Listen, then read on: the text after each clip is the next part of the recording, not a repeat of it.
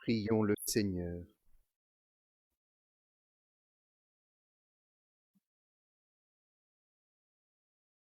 Seigneur notre Dieu, par la passion du Christ, tu as détruit la mort héritée du premier péché, la mort qui tenait l'humanité sous sa loi. Accorde-nous d'être semblables à ton Fils.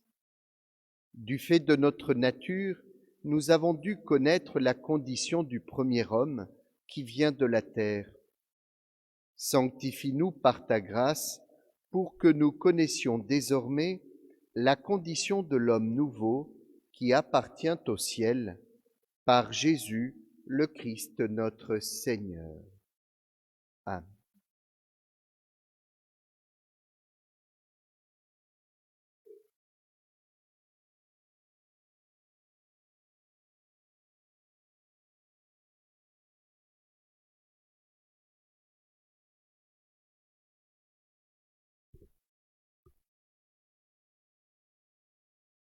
Lecture du livre du prophète Isaïe.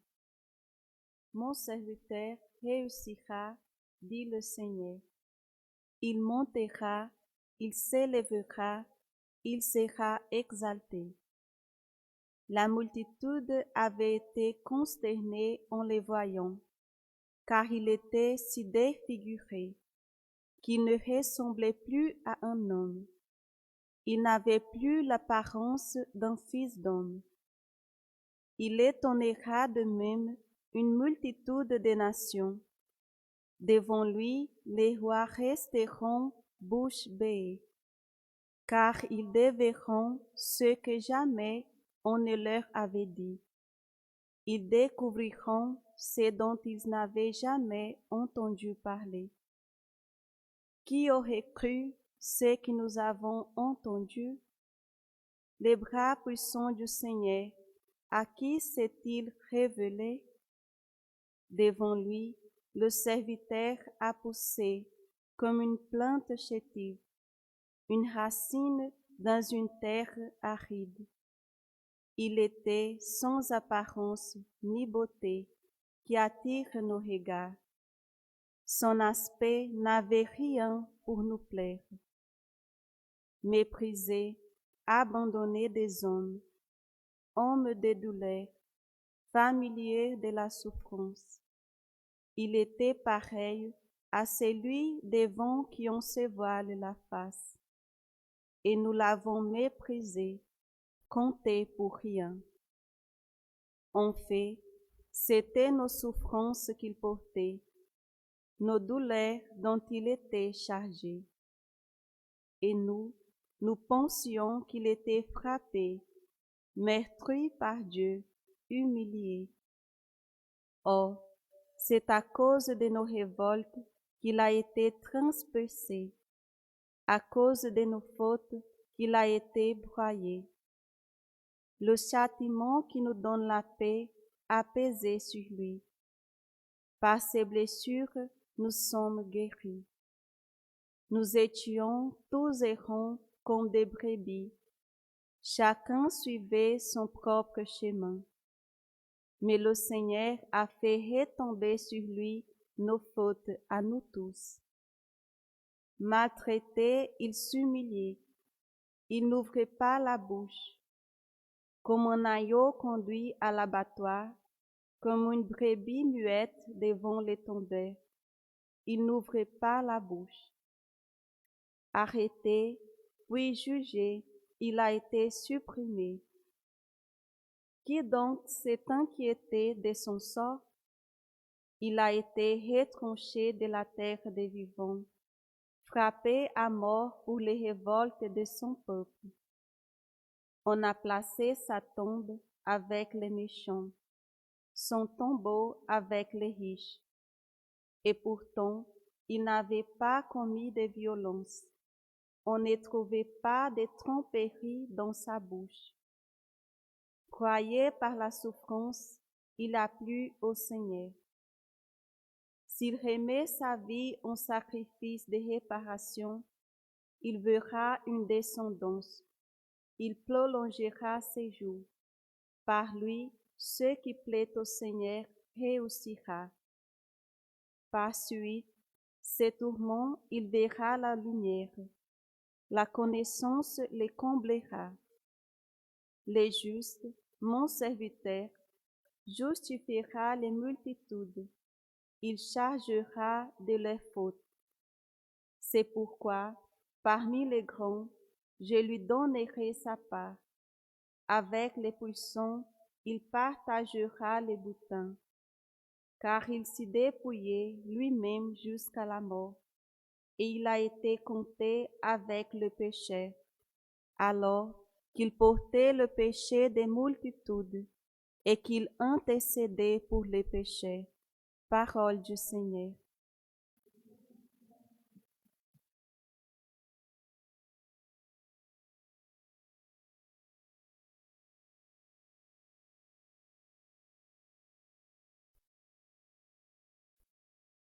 Dans tes mains, Seigneur, je remets mon esprit. Dans tes mains, Seigneur, je remets mon esprit. En toi, Seigneur, j'ai mon refuge. Garde-moi d'être humilié pour toujours.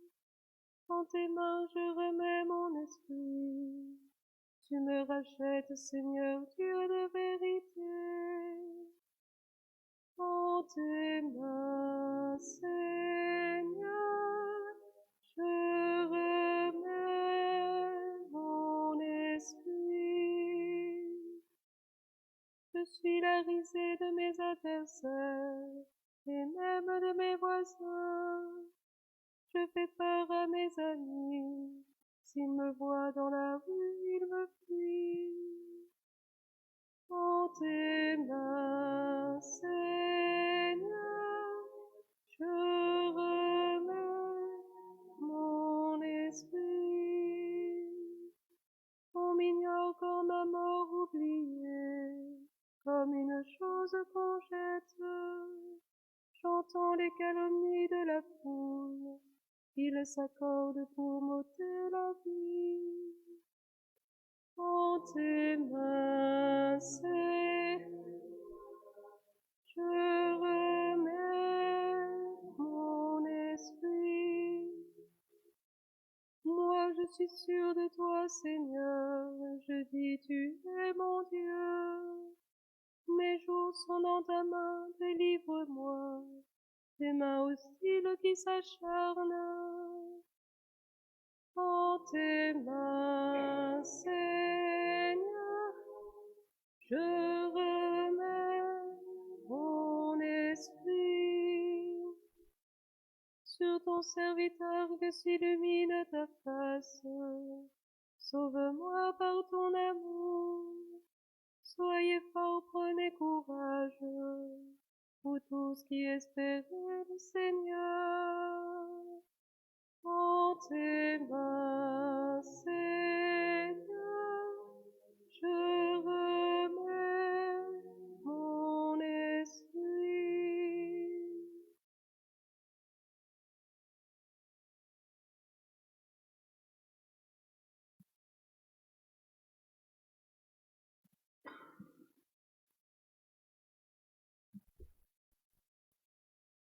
Lecture de la lettre aux Hébreux. Frères, en Jésus, le Fils de Dieu, nous avons le grand prêtre par excellence, celui qui a traversé les cieux. Tenons donc fermé l'affirmation de notre foi. En effet, nous n'avons pas un grand prêtre incapable de compatir à nos faiblesses, mais un grand prêtre éprouvé en toutes choses, à notre ressemblance, excepté le péché.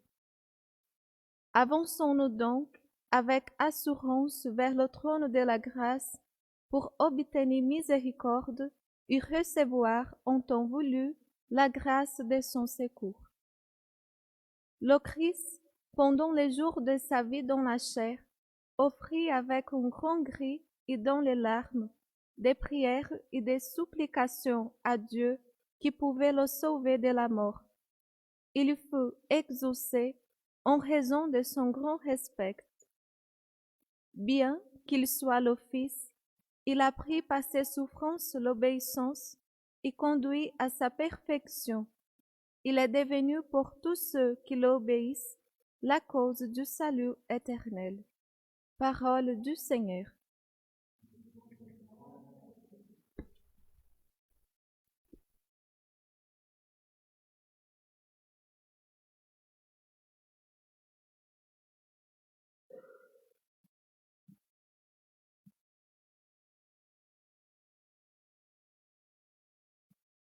Tu es saint, Dieu, tu es saint, saint immortel, prends pitié de nous. Tu es saint, Dieu, tu es saint, fort, saint immortel, prends pitié de nous. Pour nous, le Christ est devenu obéissant jusqu'à la mort et la mort de la croix. C'est pourquoi Dieu l'a exalté, il l'a doté du nom qui est au-dessus de tout nom. Tu es Saint Dieu, tu es saint fort, saint immortel, prends pitié de nous. La passion de notre Seigneur Jésus-Christ selon saint Jean.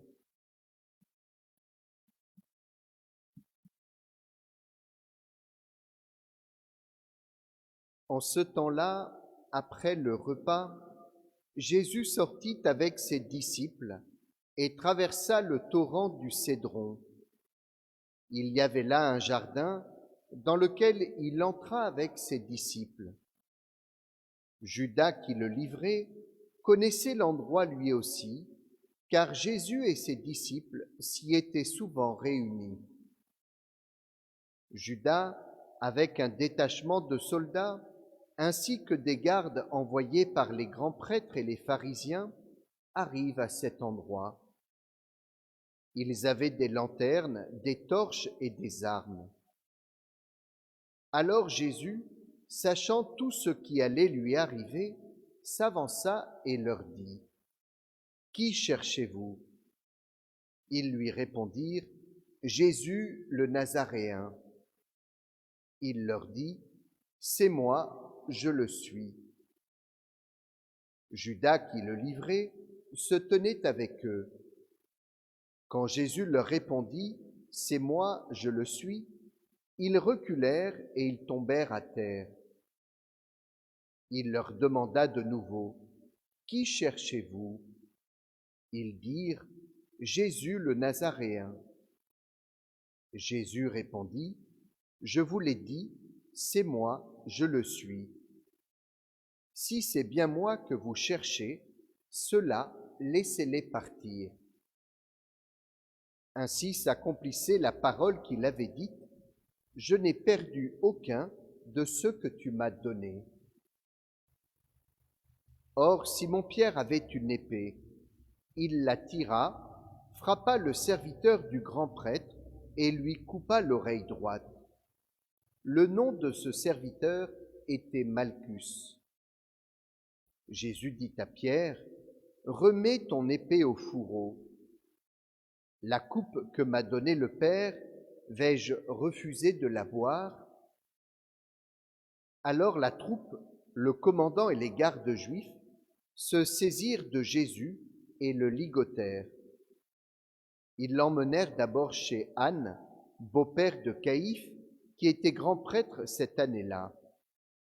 Caïphe était celui qui avait donné aux Juifs ce conseil : « Il vaut mieux qu'un seul homme meure pour le peuple. »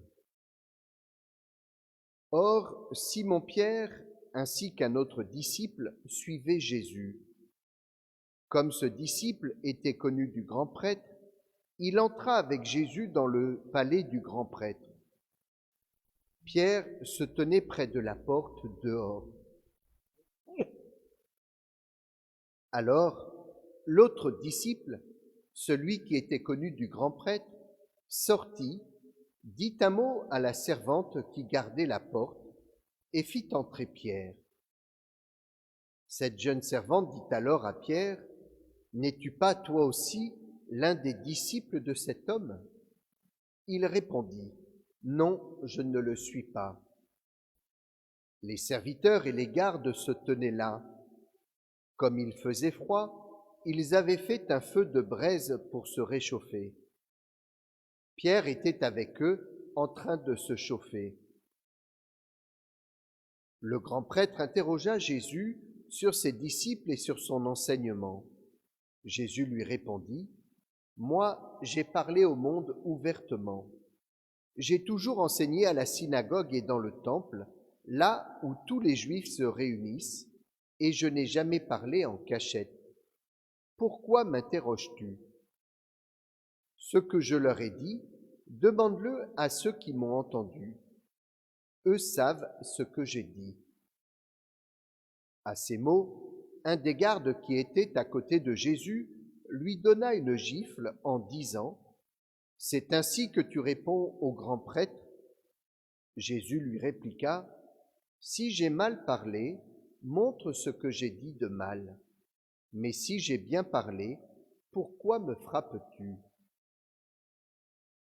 Anne l'envoya toujours ligoter au grand prêtre Caïphe. Simon-Pierre était donc en train de se chauffer. On lui dit, « N'es-tu pas toi aussi l'un de ses disciples ?» Pierre le nia et dit, « Non, je ne le suis pas. » Un des serviteurs du grand prêtre, parent de celui à qui Pierre avait coupé l'oreille, insista. « Est-ce que moi, je ne t'ai pas vu dans le jardin avec lui ?» Encore une fois, Pierre le nia. Et aussitôt, le coq chanta. Alors on emmène Jésus de chez Caïphe au prétoire. C'était le matin. Ceux qui l'avaient amené n'entrèrent pas dans le prétoire pour éviter une souillure et pouvoir manger l'agneau pascal. Pilate sortit donc à leur rencontre et demanda, « Quelle accusation portez-vous contre cet homme ?» Ils lui répondirent, « S'il n'était pas un malfaiteur, nous ne t'aurions pas livré cet homme. » Pilate leur dit, « Prenez-le vous-même et jugez-le suivant votre loi. » Les Juifs lui dirent, « Nous n'avons pas le droit de mettre quelqu'un à mort. » Ainsi s'accomplissait la parole que Jésus avait dite pour signifier de quel genre de mort il allait mourir. Alors Pilate rentra dans le prétoire. Il appela Jésus et lui dit, « Es-tu le roi des Juifs ?» Jésus lui demanda, « Dis-tu cela de toi-même ou bien d'autres te l'ont dit à mon sujet ?» Pilate répondit, « Est-ce que moi, je suis juif ? Ta nation et les grands prêtres t'ont livré à moi. Qu'as-tu donc fait ?» Jésus déclara, « Ma royauté n'est pas de ce monde. Si ma royauté était de ce monde, j'aurais des gardes qui se seraient battus pour que je ne sois pas livré aux Juifs. En fait, ma royauté n'est pas d'ici. » Pilate lui dit, « Alors tu es roi ?» Jésus répondit, « C'est toi-même qui dis que je suis roi. Moi, je suis né, je suis venu dans le monde pour ceci, rendre témoignage à la vérité. Quiconque appartient à la vérité, écoute ma voix. » Pilate lui dit, « Qu'est-ce que la vérité ?» Ayant dit cela, il sortit de nouveau à la rencontre des Juifs, et il leur déclara, « Moi, je ne trouve en lui aucun motif de condamnation, mais chez vous, c'est la coutume que je vous relâche quelqu'un pour la Pâque. Voulez-vous donc que je vous relâche le roi des Juifs ?» Alors ils répliquèrent en criant, « Pas lui, mais Barabbas. Or, ce Barabbas était un bandit.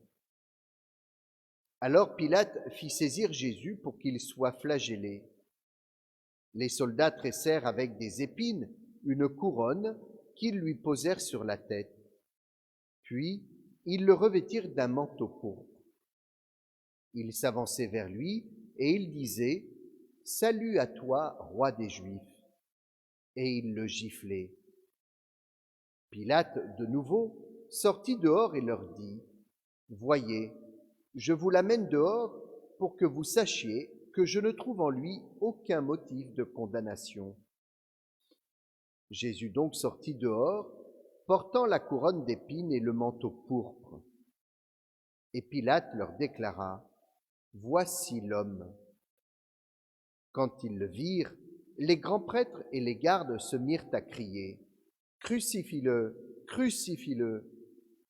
Pilate leur dit « Prenez-le vous-même et crucifiez-le.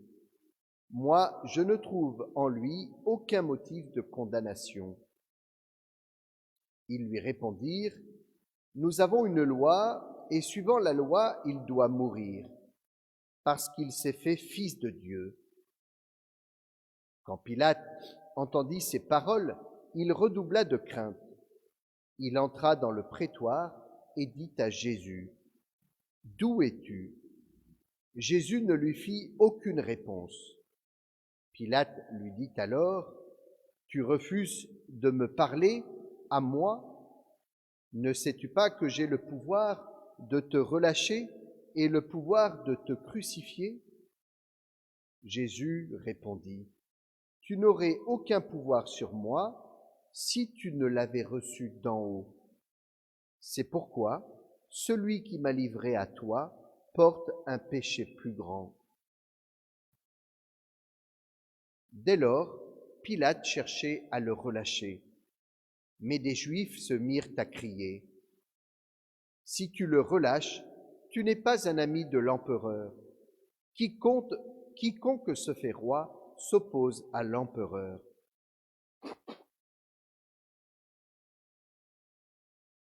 En entendant ces paroles, Pilate amena Jésus au dehors. Il le fit asseoir sur une estrade au lieu dit le dallage, en hébreu Gabbatha. C'était le jour de la préparation de la Pâque, vers la 6e heure, environ midi. Pilate dit aux Juifs, « Voici votre roi. » Alors ils crièrent, « À mort, crucifie-le !» Pilate leur dit, « Vais-je crucifier votre roi ?» Les grands prêtres répondirent, « Nous n'avons pas d'autre roi que l'empereur. » Alors il leur livra Jésus pour qu'il soit crucifié. Ils se saisirent de Jésus et lui-même, portant sa croix, sortit en direction du lieu dit le crâne ou calvaire, qui se dit en hébreu Golgotha. C'est là qu'ils le crucifièrent et 2 autres avec lui, un de chaque côté et Jésus au milieu. Pilate avait rédigé un écriteau qu'il fit placer sur la croix. Il était écrit « Jésus le Nazaréen, roi des Juifs ». Beaucoup de Juifs lurent cet écriteau parce que l'endroit où l'on avait crucifié Jésus était proche de la ville et que c'était écrit en hébreu, en latin et en grec.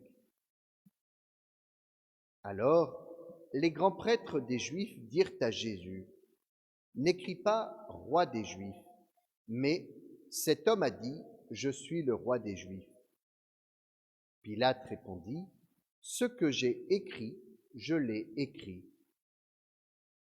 Quand les soldats eurent crucifié Jésus, ils prirent ses habits, ils en firent 4 parts, une pour chaque soldat. Ils prirent aussi la tunique. C'était une tunique sans couture, tissée tout d'une pièce de haut en bas. Alors ils se dirent entre eux, « Ne la déchirons pas, désignons par le sort celui qui l'aura. » Ainsi, s'accomplissait la parole de l'Écriture, ils se sont partagés mes habits, ils ont tiré au sort mon vêtement. C'est bien ce que firent les soldats. Or, près de la croix de Jésus se tenait sa mère et la sœur de sa mère, Marie, femme de Cléophas, et Marie-Madeleine. Jésus, voyant sa mère et près d'elle le disciple qu'il aimait, dit à sa mère, « Femme, voici ton fils. » Puis il dit au disciple, « Voici ta mère. » Et à partir de cette heure-là, le disciple l'a pris chez lui. Après cela, sachant que tout désormais était achevé, pour que l'Écriture s'accomplisse jusqu'au bout, Jésus dit, « J'ai soif. » Il y avait là un récipient plein d'une boisson vinaigrée. On fixa donc une éponge remplie de ce vinaigre à une branche d'hysope, et on l'approcha de sa bouche. Quand il eut pris le vinaigre, Jésus dit, « Tout est accompli. » Puis, inclinant la tête, il remit l'esprit.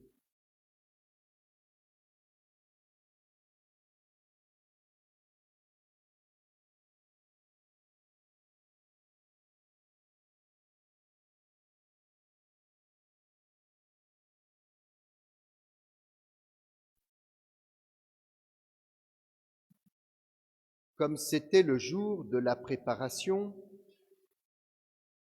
il ne fallait pas laisser les corps en croix durant le sabbat, d'autant plus que ce sabbat était le grand jour de la Pâque. Aussi, les Juifs demandèrent à Pilate qu'on enlève les corps après leur avoir brisé les jambes. Les soldats allèrent donc briser les jambes du premier, puis de l'autre homme crucifié avec Jésus. Quand ils arrivèrent à Jésus, voyant qu'il était déjà mort, ils ne lui brisèrent pas les jambes. Mais un des soldats, avec sa lance, lui perça le côté. Et aussitôt, il en sortit du sang et de l'eau. Celui qui a vu rend témoignage, et son témoignage est véridique. Et celui-là sait qu'il dit vrai, afin que vous aussi vous croyiez. Cela en effet arriva pour que s'accomplisse l'Écriture. Aucun de ces os ne sera brisé. Un autre passage de l'Écriture dit encore, « Ils lèveront les yeux vers celui qu'ils ont transpercé. »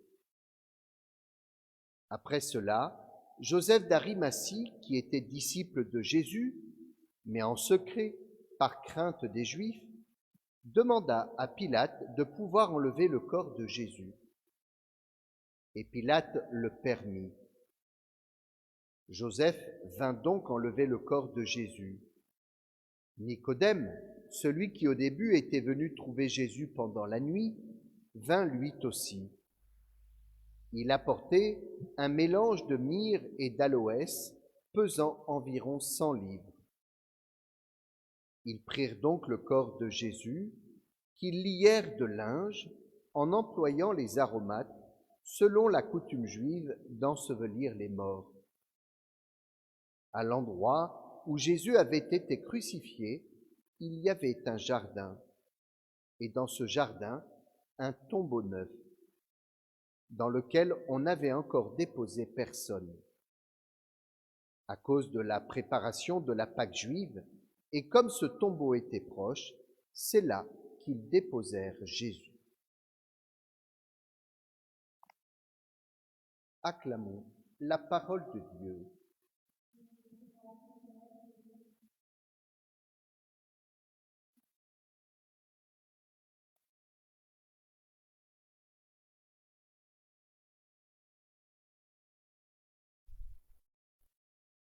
Vous pouvez vous asseoir si vous étiez mis debout pour la lecture de la Passion. Nous avons entendu ce long récit de la Passion du Seigneur, Jésus, passant de plusieurs lieux d'abord devant Anne, le beau-père du grand prêtre Caïphe. Nous voyons aussi Pierre et son reniement dans la cour du palais.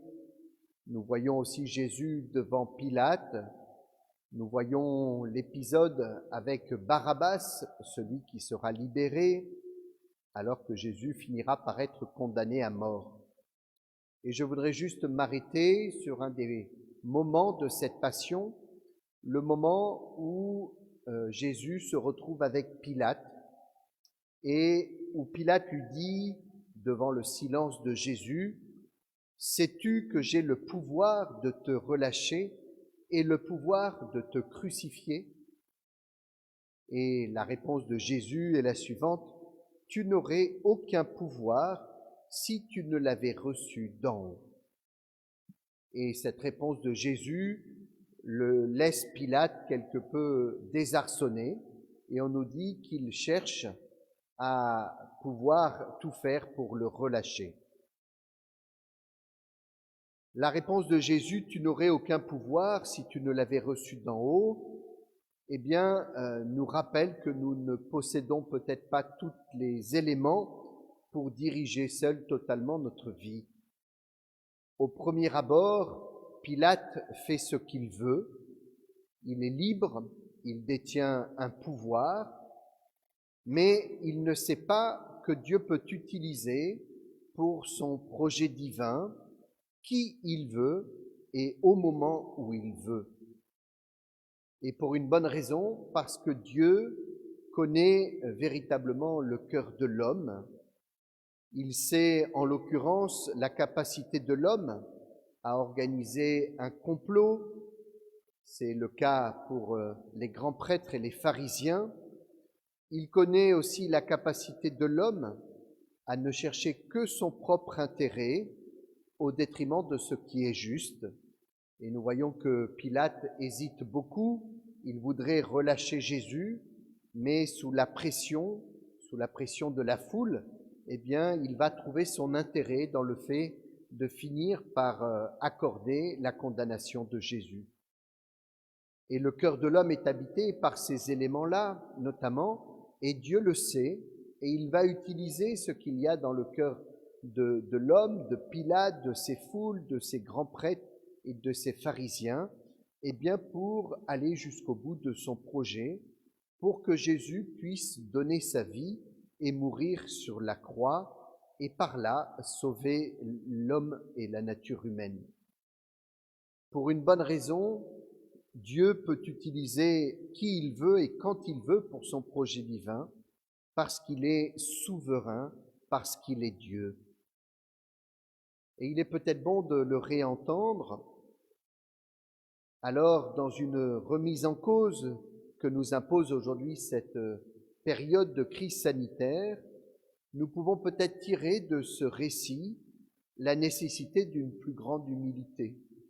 C'est peut-être ce qui manque en premier aujourd'hui à l'homme, cette attitude fondamentale que l'homme devrait rechercher aujourd'hui à acquérir. Et ce n'est pas pour rien que les tout premiers récits de la Bible, nous montrant notamment le premier péché de l'être humain à travers la figure d'Adam et Ève, eh bien, est un péché d'orgueil. Adam et Ève vont finir par désobéir à Dieu parce que le serpent leur laisse entendre que si ils mangent du fruit défendu, eh bien, ils seront des dieux. C'est-à-dire qu'ils deviendront eux-mêmes souverains et capables d'opérer toutes choses. Et c'est cela qui attire Adam et Ève dans ce premier péché, comme pour nous dire au tout début de la Bible que fondamentalement, le péché de l'homme est la question de l'orgueil, le désir d'être Dieu à la place de Dieu. Et fort probablement que les événements que nous vivons aujourd'hui ont peut-être bien un lien avec cet orgueil de l'homme, et Dieu le sait. Nous avons à, en tout cas, rechercher une véritable humilité, et cette période de la fin du carême, ce récit de la mort de Jésus sur la croix, nous rappelle que malgré les apparences, l'homme peut décider de beaucoup de choses, mais qu'en définitive, Dieu voudra toujours opérer et trouvera toujours les moyens d'opérer ce qui lui paraît juste selon sa souveraineté. Que nous puissions aujourd'hui rechercher cette humilité, que nous puissions reconnaître celui qui est notre Seigneur et notre Créateur, et le seul qui peut nous sauver. Amen.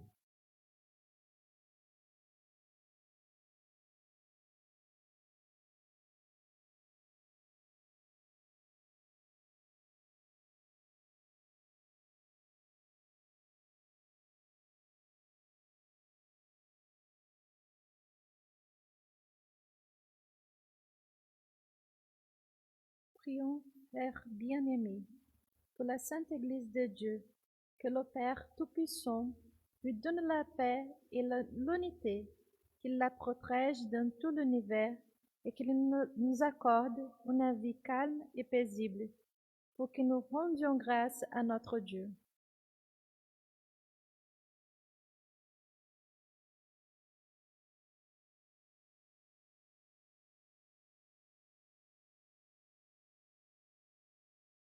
Dieu éternel et tout-puissant, dans le Christ tu as révélé ta gloire à tous les peuples.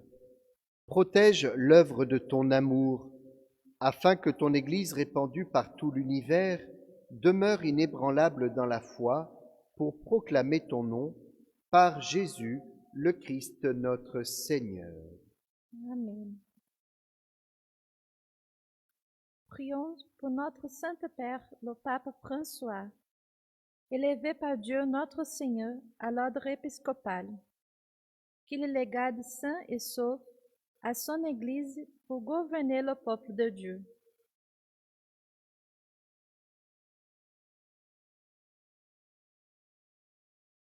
Dieu éternel et tout-puissant, dont la sagesse organise toutes choses, daigne écouter notre prière.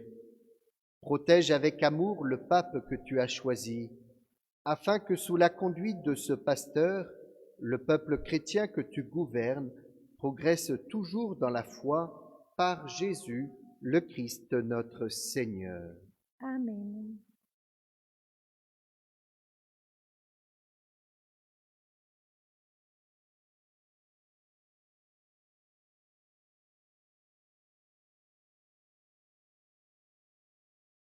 Prions pour notre évêque Philippe, pour tous les évêques, les prêtres, les diacres, pour tous ceux qui remplissent des ministères dans l'Église et pour l'ensemble du peuple des croyants.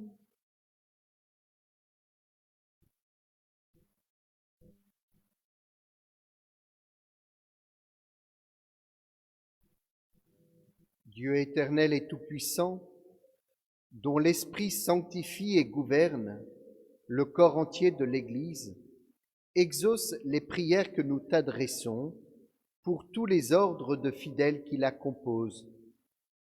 Que chacun d'eux, par le don de ta grâce, te serve avec fidélité par Jésus, le Christ notre Seigneur. Amen. Prions pour nos catéchumènes.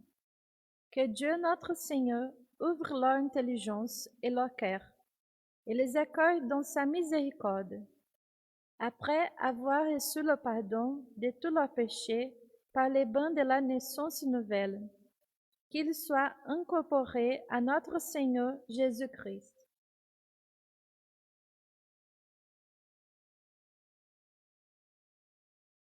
Dieu éternel et tout-puissant, toi qui assures toujours la fécondité de ton Église, augmente en nos catéchumènes l'intelligence et la foi, qu'ils renaissent à la source du baptême et prennent place parmi tes enfants d'adoption, par Jésus, le Christ notre Seigneur. Amen. Prions pour tous nos frères qui croient en Jésus-Christ et s'efforcent de conformer leur vie à la vérité. Demandons au Seigneur notre Dieu de les rassembler et de les garder dans l'unité de son Église.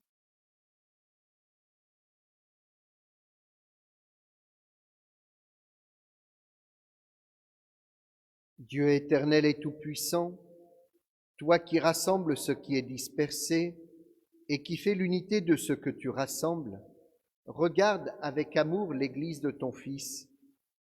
Nous te prions d'unir dans la totalité de la foi et par le lien de la charité tous les hommes qu'un seul baptême a consacrés, par Jésus, le Christ notre Seigneur. Amen. Prions pour les Juifs à qui Dieu a parlé en première, qu'ils progressent dans l'amour de son nom et la fidélité de son alliance.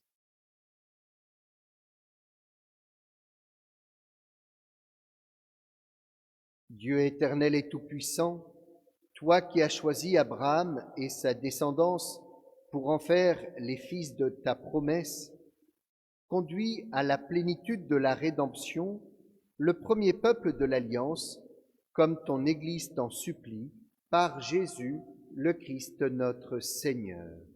Amen. Prions pour ceux qui ne croient pas en Jésus-Christ.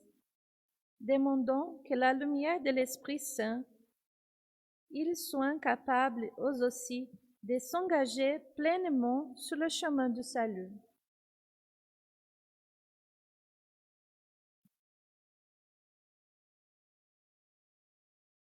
Dieu éternel et tout-puissant, donne à ceux qui ne croient pas au Christ d'aller sous ton regard avec un cœur sincère, afin de parvenir à la connaissance de la vérité.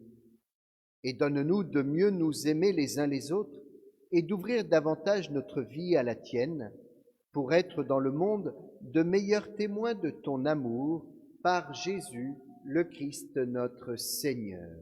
Amen. Prions pour ceux qui ne connaissent pas Dieu. Demandons qu'en obéissance à leur conscience, ils parviennent à la reconnaître.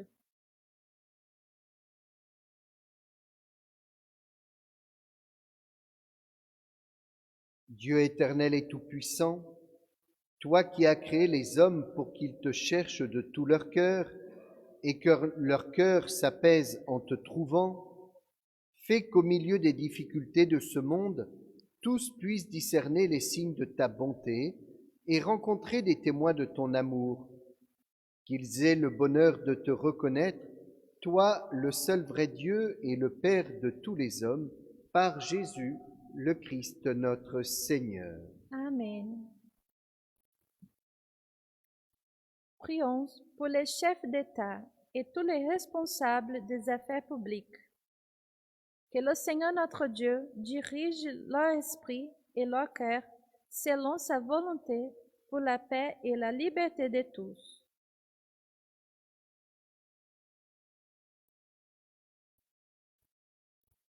Dieu éternel et tout-puissant, toi qui tiens en main le cœur des hommes et garantis les droits des peuples, viens en aide à ceux qui exercent le pouvoir, que partout sur la terre s'affermisse avec ta grâce la sécurité et la paix, la prospérité des nations et la liberté religieuse par Jésus, le Christ notre Seigneur. Amen. Frères bien-aimés, prions Dieu le Père Tout-Puissant d'avoir pitié des hommes dans l'épreuve, qu'il débarrasse le monde de toute erreur, qu'il chasse les épidémies et repousse la famine, qu'il vide les prisons et délivre les captifs, qu'il protège ceux qui voyagent, il ramène chez eux les exilés, qu'il donne la force aux malades et accorde le salut aux mourants.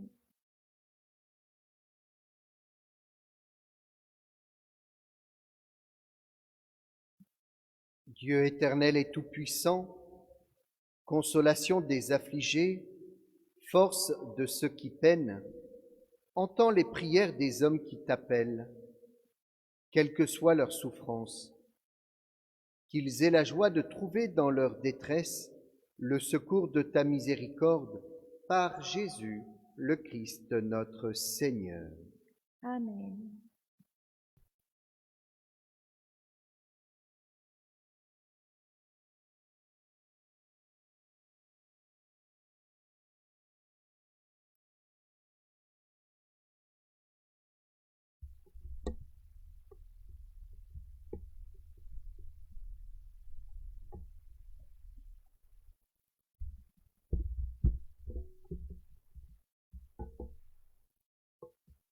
Voici le bois de la croix qui a porté le salut du monde. Venez, adorons.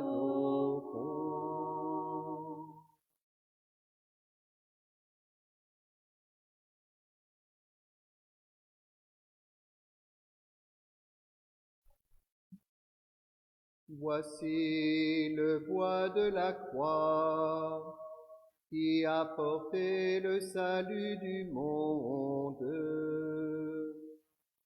Venez, adorons.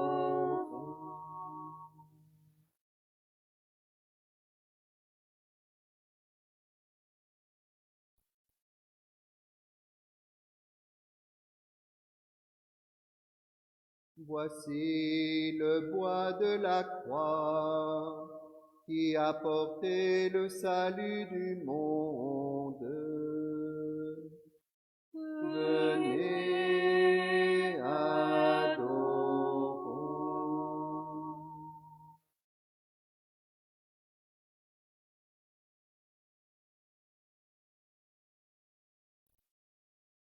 Je vais vous inviter maintenant à venir vénérer le Christ Jésus mort sur la croix.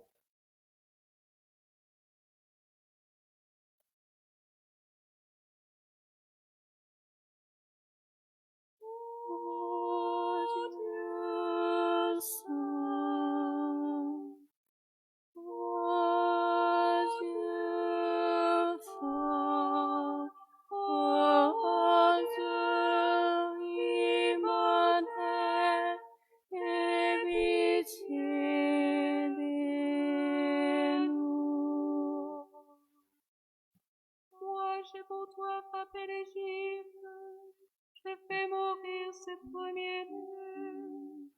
Toi tu m'as livré, flagellé. Ô mon peuple, que t'ai-je fait? Réponds-moi.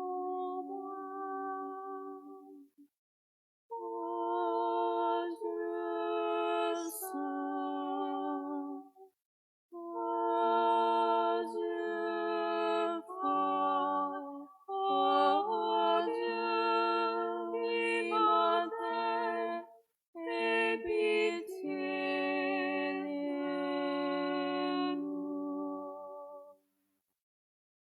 Moi je t'ai fait sortir d'Égypte, j'ai englouti le Pharaon. Toi tu m'as livré au grand prêtre.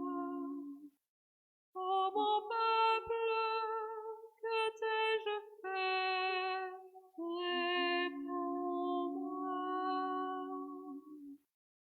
Ô Dieu saint, ô Dieu fort, ô Dieu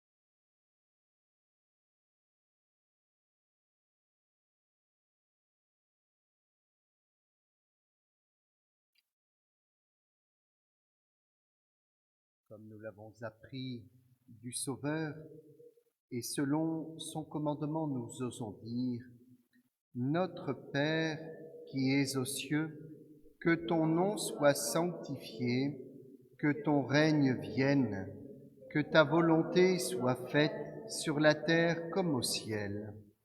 Donne-nous aujourd'hui notre pain de ce jour.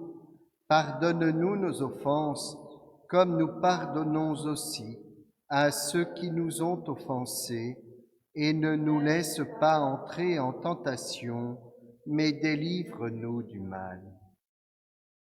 Délivre-nous de tout mal, Seigneur, et donne la paix à notre temps.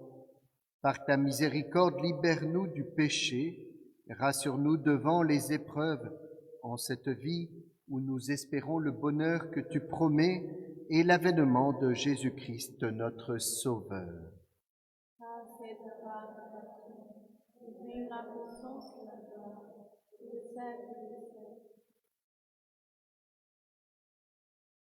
Heureux les invités au repas du Seigneur.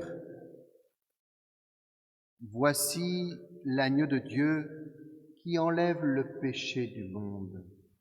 Seigneur, je ne suis pas digne de te recevoir, mais Dieu seulement ta parole, je serai guéri.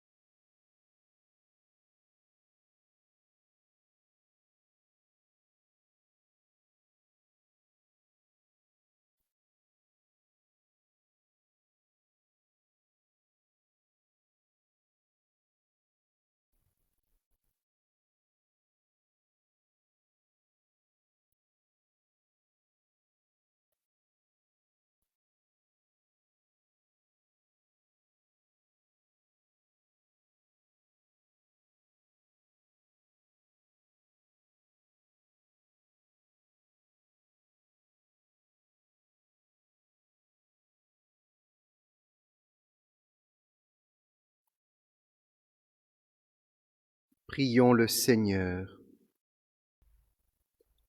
Dieu de puissance et de miséricorde, toi qui nous as renouvelés par la mort et la résurrection de ton Christ, entretiens en nous l'œuvre de ton amour. Que notre communion à ce mystère consacre notre vie à ton service par Jésus, le Christ notre Seigneur. Amen.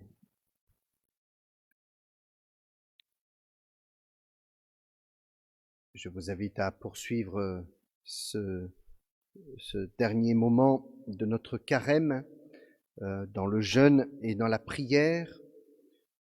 Demain, la célébration de la Vigile pascale sera à 21h et dimanche matin, le jour de Pâques, la messe sera à 11h.